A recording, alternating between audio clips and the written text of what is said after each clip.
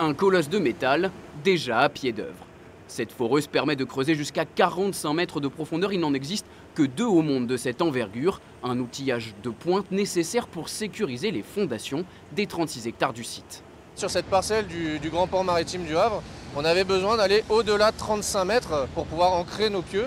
Entre 0 et 30 mètres, c'est des terrains qui ont des caractéristiques géotechniques pas suffisamment satisfaisantes pour pouvoir garantir la qualité structurelle de nos ouvrages.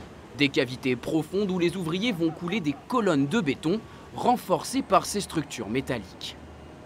Là, ils sont en train de procéder au forage, donc avec en vue d'installer la cage d'armature ici présente et par la même occasion mettre en œuvre le béton qui permet de finaliser le pieu. Des pieux garants de la stabilité topographique sur ce site qui doit accueillir début 2022 des usines de fabrication d'éoliennes offshore, près de 2 fois plus volumineuses que les modèles terrestres.